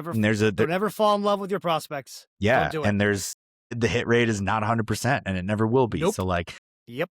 You got to be willing to take those risks sometimes. But if that deal is not out there for that kind of guy right now, then yeah, definitely hold on to him. We'll see how he looks in AAA this season, and maybe he can actually extend out a little bit. He can prove that he can actually pitch deep into games and work on some of those secondary pitches. And if he does that, then I think either one of two things are going to happen. One, his stock's going to go up as a trade chip, and they can maybe convince some of these teams that don't want to trade their top guys to do so because we have such a good package. Or two, then he works his way into that rotation. I think obviously he's got the most upside of any of the 4 or 5 options, no question about it. So, but I just think that with how deep we are starting pitching wise, it doesn't make sense to go with the guy who's the high ceiling, low floor guy right now. And look, I don't mean low floor for panning out. I just mean like realistically going into next season. I mean, we saw he had like a 6 ERA in the majors last year as a starter. So like the floor is low, and it's not because he's not talented. It's because he hasn't pitched that much. He's so young. So just get him some reps and be able to develop a little bit. Yeah, I mean, back to not falling in love with your prospects. We've thrown it out before. The Yohan Moncada trade for Chris Sale, the Mookie Betts trade. And actually, I went back to look at the post from Dodgers fans when it was not official and people were talking about it. And at the time, there was a lot of talk about Dustin May being involved for that. And a lot of the Dodger fans were upset about that. It's too much. We're giving up too much for Betts. So again, right, don't fall in love with your prospects, because it looks crazy. Look back at it, like, really? You'd rather keep Dustin May than make that trade for Mookie? You've done that in a second now, looking back at it, right? So there's that, that trade. Yeah, you don't fall in love with your prospects. Because, or even going back to the Ken Griffey trade, I remember that trade when Griffey was traded, it was for Mike Cameron. Mike Cameron never lived up to the billing that he was supposed to be. So again, you look back at it and you're just like, what was I thinking? What was that? I'll even think of, like, I'm sure you remember this as well, the Dansby Swanson for Shelby Miller deal, which of course everyone said was a total disaster, which, I mean, it was in the sense that Miller was just terrible for Arizona. But the point is that Swanson ended up being a pretty good player, but nothing more than that. I mean, he never was sort of that star player, best top 5 shortstop in the league he was advertised to be. He was a serviceable starting shortstop, maybe league average, maybe slightly above. Yeah. And so it's like, sure, if Miller was terrible, but that's why the deal was bad, not because they gave up this generational player or anything like that. So even ones like that can get over, just analyzed in the sense that if Miller had just been like a pretty good number 2, number 3 for them, then in retrospect, it's not even that bad of a trade. Yeah. Moving on to the other 2 guys, we'll hit on them too on the Red Sox top 100. The other one's Connelly Early. He falls in next, which, again, great job by the pitching lab to find this guy and to improve upon him. He was scouted. He was a 5th round pick. He was scouted. People said back end of the rotation. They've increased his fastball. He was throwing about 90 at UVA. That was his tops. He now sits around 92, 95 miles per hour. And he can touch 97 with quality run. He got 2-seam fastball. His changeup's a plus pitch at 82, 84. We saw that. We especially get the A's and a slider in the curve as well, right? Mixing those two in. He made that whole A's lineup look silly up there, which was crazy. He's got that great Red Sox blueprint connection they're looking for. Low arm slot, great extension, quality pitch mix. And that's what they like to see in their lefties, Crochet, Tolle, and that velocity jump, right? From 90 to 95. they've figured, I mean, the Red Sox are learning how to take these pitchers and unlock that speed. Early looks better than he keeps winning everywhere he goes. What do they do with Early? And are you buying into Early, or do you think they're going to figure him out? I loved Early last year. I mean, even though, again, small sample, the 4 games in the majors. And we've talked about this on previous episodes too, but the game against the Yankees in the playoffs, like, first of all, he, among the candidates who could have started that game, he was the one I trusted the most, which is crazy to even say after 4 career starts and less than 20 innings pitched.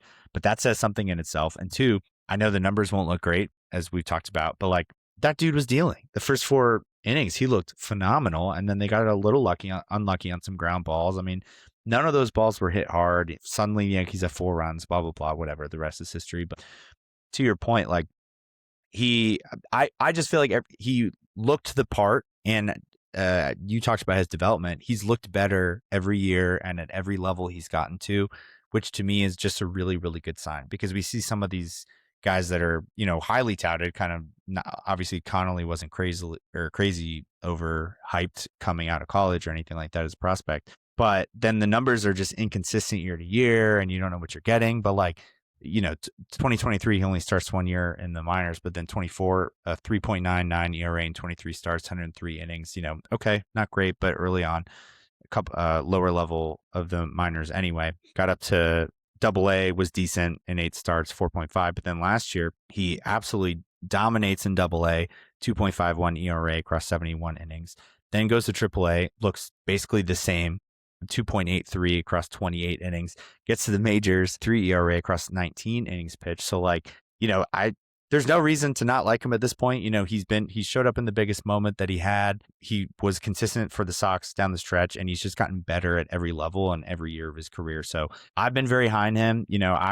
Part of me, when we made the Oviedo trade, I was kind of like, I don't know if we need this, because I kind of wanted to slot Connelly Early into the 5 spot in the rotation. I kind of think that he is, ready to actually be in the rotation, because I think we've seen the consistent development. We've seen him pitch late into games. We've seen him do it more at the big league level. So I was comfortable with him being on the back end there. I'm sure he'll end up starting some games in the majors this year, just because there will inevitably be injuries with pitchers, as there always are.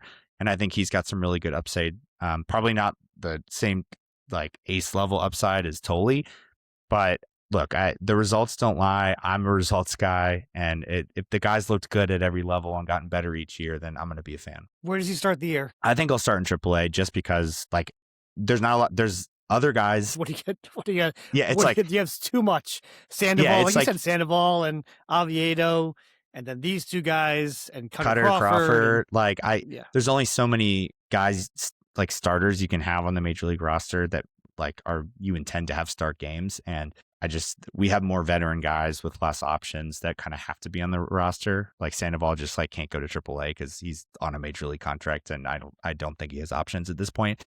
Cutter Crawford's been in the rotation for multiple seasons, coming back from injury, obviously, but like I would be a little surprised if they just threw him down to AAA at this point. And so, I think Early and Tolle will both start in AAA, but I don't think that's a bad thing. Like, like I said, I mean, I think Tolle more should start down there. I don't mind Early starting down there, just because, again, he did only pitch 4 games in the majors, and it's never a bad thing for guys at these age to get more reps and more, work on their pitching a little bit more with less consequences. So we'll see, but I would be very surprised if he doesn't start at least like 10, 15 games for this team next year. Obviously, we'll see. And let's get to the last guy in the top 100, who's someone that I followed, and I'm obsessed with Kyson Witherspoon. And I'll break him down. Fastball, 95, 96, touches 99. I think they'll unlock him again towards 100. I just feel that way. They've done it with Tolle and Early. He's got plus fastball. He has a curveball with upper 70s, big break, a slider, mid 80s tight. Then I just came out the other day working with a pitching coach. They completely unlocked his slider. It was filthy, which is one of the pitches they said if he could unlock it, this guy's upside is through the roof. And I was watching the other day, and they completely changed his grip on it, and he threw the slider. Whoa, the rotation they got on it, even the pitching, the guy that was working, I wasn't the pitching coach, it wasn't Bailey, it was one of the guys on the staff. They were shocked like how quickly he was able to pick it up. He has a cutter, a very good cutter with upper, he reaches 92 miles per hour. It's probably his best secondary pitch. Red Sox love the cutter. They love making the pitcher throw it. Change up, upper 80s, It's a little firm, but it flashes some fade. They'll work on that one. He's got great control. He's frontline starter ceiling. He led the SEC in strikeout to walk ratio at 5.4. There's a reason why the Red Sox signed him for $5 million. Other teams were kind of worried about signing him because they knew he was going to want a lot of money. It's the only reason why he dropped. And what's unbelievably impressive about him, he can get chases and whiffs on all 5 of his pitches. Compact arm action, quality stuff. He's hard to pick up, deception, proven mechanics. He's going to move quickly through the system. And I think of the 3 pitchers, he's got the most upside. I'll mark it right now. He's going to be an ace. I'm so into Kyson Witherspoon, and I'm not 100% accurate with this sort of stuff, but I'm pretty good. I picked up Tolle 2 years ago. I think Tolle right. You probably wouldn't be doing this with me if you were 100% accurate with it. So. I'll tell you, just a side note. So back in my podcast, back in my days, I was known for fantasy sports. We were doing fantasy football before it was really, really big, over 10 years ago. I had Greg Kellogg on the show. It was the year Andrew Luck got drafted, and it's recorded somewhere. And I got made fun of on the thing. I said, Andrew Luck is the best quarterback out of this draft. RG3 is the most athletic, but he'll be injured and out of the game the quickest. And I said, Russell Wilson, even though his stuff isn't as good as Andrew Luck, will be the winningest quarterback of all 3. Because I watched Wilson through NC State and everything, and they laughed at me. And I got every one of those right. Every one of those right. So that's something that I always hold on to. I remember Greg Kellogg laughing at me for it.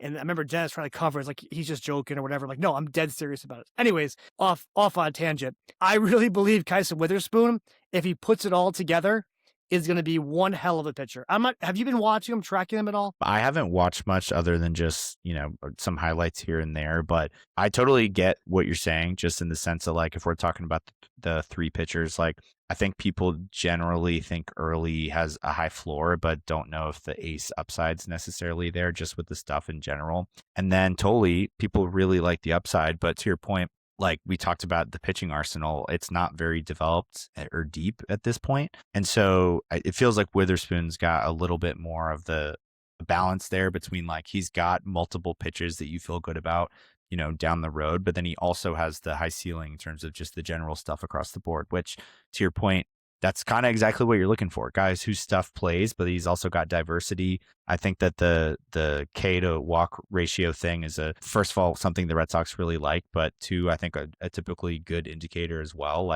We hear about a lot of these hard throwing prospects that don't end up panning out because they can't find the strike zone. They walk too many guys, and then they have to be relievers because they can't, keep guys off the bases consistently. And then we see these control guys that maybe don't throw as hard. So to kind of ride that balance is what you're looking for.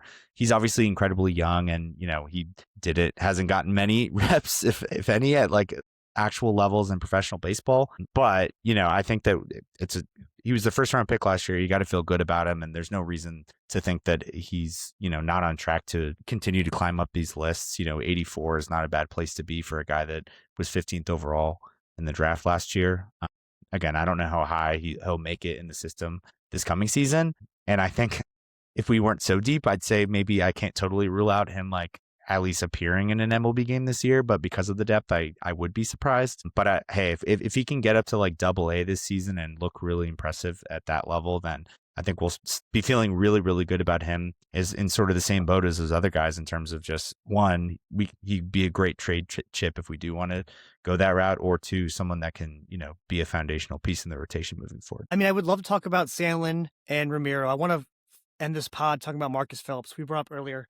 I'll tell you why. So Phillips was the comp pick this last year too. Another guy who I'm also buying into because his stuff is nasty. Again, he's got a fastball, a plus fastball that can touch 100 miles per hour. He's got a slider, a changeup. His changeup arguably is just as good as his fastball. It's low 90s with elite fade. So he throws this 100 mile per hour fastball and then changes it about 10 miles per hour in a changeup that has this ridiculous fade to it. The knocks on him and the reason why he kind of dropped was that the fastball at times can flatten out, doesn't have the movement that it wants to have, and he has some there's some issues with his arm, his mechanics, just his mechanics in general. That's part of the knock on him too. But if they can figure out the mechanics, and with what he already can do, throwing 100 miles per hour, and maybe ends up as a relief pitcher, but the nasty changeup, again, it's another guy in this deep, deep rotation and bench of a rotation coming up where the Red Sox are just stacked at pitching,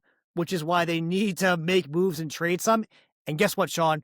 When we said fuck, marry, kill before, I wasn't even thinking of it, and it all came to me. I had my epiphany. I had an epiphany right now. It's not Ronald Acuna. It's not Acuna. What are the two positions Craig loves the most? Pitching and catching. And catching. And what's a contender in the NL Central that has no problem dealing away their top players to reload and tool on their prospects? Well, there's a couple, honestly. The Brewers, the NL Cardinals. Central.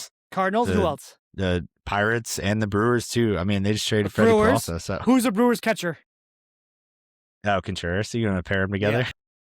That's right. The Contreras brothers team up. And Yeah. you know what sounds crazy? I know they have I think it's option next year and a couple more years of control on him as well. So I know he's locked up for a couple years. I know Brewer fans are going to want to strangle me for this one the same way the Braves do. But the difference between the Braves and the Brewers is the Brewers make these types of moves. They let Adames walk. They traded Peralta. They've got no problem letting these guys go. And if you could offer them a package that involves maybe like a Tolle, I don't know, and a Marcus Phillips and someone else, maybe a Romero or an Arias, I think they do it. And it's something that I think Craig would do in a second. I'm not sure I would do that trade, but I think Craig would do it. Yeah. Is it crazy for me to think that? I don't know if I would, just because I don't think catcher's enough of a need. Like, I think Narvaez obviously thought that the whole time. It hasn't stopped him. Well, it was a need last year, but like going into the year. But Narvaez, obviously his offense tailed off a little bit at the end of the year, but he was still like pretty good to at least average on offense for the catching position. And he was obviously phenomenal defensively. So I don't know. I'd rather us go more of someone who's like as good as Narvaez to kind of have more of a platoon rather than Contreras. Because if you traded for Contreras, then, I mean, he played 150 games last year, 155 the year before. Like, you're not trading for him to have him in a platoon where he's playing only. No, he wouldn't. 100. Yeah, but then I think Narvaez is way too good of a player to just be a full-time backup. I think you could argue him into a platoon just because the hitting's a little inconsistent, and he's just not quite at the level on offense to be like the full everyday, no doubt it kind of guy. And the offense, maybe what we saw down the stretch where he struggled a little more is more like, or closer to what it'll actually be. But I saw enough from him, and he's young enough. And even when he was struggling, he still had good at bats, in my opinion. It's not like he was just like swinging and missing and everything. I thought he's, one of the players I trust the most to like have a 7-pitch 8 at bat on the Sox. I don't know. I mean, I think at that point you'd have to trade Narvaez, but then it's like, I'm kind of tired of us like trading for things that we already have. Look, like, I agree with you. I'm not saying it's the right move, but this was a front office that almost signed JT Realmuto this offseason, which I would have hated that one too. Like, he's playing. Maybe it's still going to be a platoon. Like, that Craig he's in love with. Craig knows two things: catchers and pitchers. All he wants his team to be. I could see him. He's still trying to get catchers. There's still been talk of him trying to get another catcher. Yeah, but again, I think it's more for to upgrade the backup, because Connor Wong was just atrocious, just like for most of last season. Yeah, and he's not but what would have happened if they had fielder Realmuto? Either. But if they signed Realmuto, what would have happened? I think it would have been a platoon. I don't know. I know, like, Realmuto's getting up there in age, and his offensive numbers have also fallen off. Yeah, so he's not very good anymore. I don't view him as like put him in the lineup 130 times a year and just don't think twice about it anymore. And there's not that many catchers in the league that I think of that as, because obviously the wear and tear is more than most other positions. So, unless you're one of the like top 5 to 10 guys in the league, then typically I honestly don't think that's the case. They normally will work other guys in. Normally they at least have one pitcher that's like the backup is their catcher of sorts for the season, which was the case last year too. So I don't know. I don't like William Contreras is a very, very good player, obviously multi-time Silver Slugger and All-Star, but I don't know. I just feel like, what if they send Narvaez back? What if it was Narvaez and what if they send Narvaez, Arias, and Tolle, or Narvaez, Arias, and Connelly Early? That's way too much for me personally. For like it's not that much of an upgrade. I don't want Contreras. I'm getting in Craig's head. Me and Craig are like this right now. We're linked. It's something he would do. It's my point. Not that I would do it. I'm like, but think about it. I love Witherspoon. Baseball loves Witherspoon. Baseball loves Early. Baseball loves Tolle. Early's up there too. You got this loaded starting staff that and guys, some of them on longer contracts. I know Gray's got another year. He's going to opt out of it, but you have Bayo, Suarez long contract, Crochet's a large contract. Even if, unless you don't think all three of these guys are going to pan out, there's a logjam regardless. Because if you've got Suarez, Crochet, and Bayo, then you have Early, Tolle, Witherspoon. Unless you have a 6-man rotation, something's not lining up in the future. So something's going to have to give. I don't think we're there yet where you have to trade one of those guys out. I think we could easily let this entire season play out and it would be fine. I actually think Tolle could play the whole season in AAA and I don't think that's crazy to say. I think spring training is going to be telling. It's spring. I think it's going to be very quiet. Maybe we'll see that move, but I think it's going to be very quiet until mid spring training when they see it. And there's going to be a lot of chatter down in Florida, and there's other teams scouting. You might see a move happen, and that does happen where they make that move and one of them. And then we even talk about Sandlin too. Like that's another guy when they traded for what's his name for the Royals. He played well for the Red Sox too. Schreiber. Schreiber. Right. So that's another guy that has to get up as well. I think he's gonna be more of a bullpen guy. And again, if he can pitch well in the bullpen, then our bullpen becomes very strong, very quick. Sure. Another guy topping 100 miles per hour. But I said we'll see. I think it's gonna be a spring training, and we'll wait and see. Yeah, I kind of agree. Fair? Yeah. Okay. And we have Romero too. We could trade Romero. Arias. They have stuff to trade. That's no doubt about it. They got tons of stuff to trade, and they don't have a clear path forward in that infield and that outfield. A lot of question marks. I think they misread the market. I think that there was more guys available earlier, and then you lose leverage once guys sign, and then aside from that, teams like Arizona decide, we don't want to have this guy in trade rumors for 4 months and make the relationship worse. So they cut off the talks, and it's like they just missed the window on a lot of these guys. Not to mention that, they could have not traded any of these guys and still signed one of these players. So I just feel like Craig has not been his development programs and his talent evaluation has been pretty good, but the just reading of the market, the negotiation has just been not where it needs to be. But he's focused on it's been a need. We've asked for it forever. He's done a great job developing pitchers. Great job. Yeah, I agree. Right? Yeah, totally. Outside of pitchers, what has he done for that offense? Woman was not his guy, right? That was he wasn't. Supplementary pick. Yeah, I don't think he was. Correct. Nor was, of course, Meyer wasn't either. None of these guys were guys that he or even brought up and developed, or guys he went out and grabbed and said, I'm going to make a trade for X, Y, and Z player, and it was a great impact bat. In fact, he did the opposite. He trades away his great impact player and brings back net negatives and pitchers. We forgot about Harrison too. Like Harrison's another. I know it's a long pod, but there's also Harrison. There is something's gonna happen. Something's gonna happen. Contreras coming to the Red Sox. Acuna's coming to the Red Sox. I'd rather have one of the Braves guys, but I think we're dreaming a little too big right now. We're gonna end up with Ozzie Albies and be pissed off again. Hey, I would love to have Ozzie Albies playing second base. Not what we give up for him though. I'm not sure you're gonna love having Ozzie Albies when we give up. I don't know. He's also making. He's extremely cheap, so I think it's gonna be a Braves. I think we might be all to be one of those three guys: Braves, Red Sox, deal. Look, I got a Warren Spahn Boston Braves card getting graded right now by PSA. It's kismet. It's all gonna come together. All right. Hey, if they're willing, we can see. But I'm gonna not let my hopes get there because I'm gonna keep getting disappointed. Okay. This has been a long pod, which is good. I'll make sure that.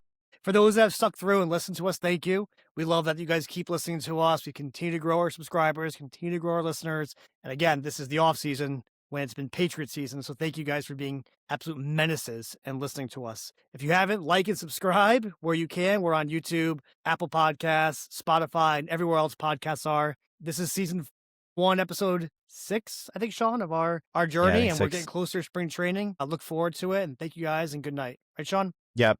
Awesome. Appreciate everybody for listening. Thank you guys. Good night. Goodbye. Good luck. I don't know what we're saying good luck to.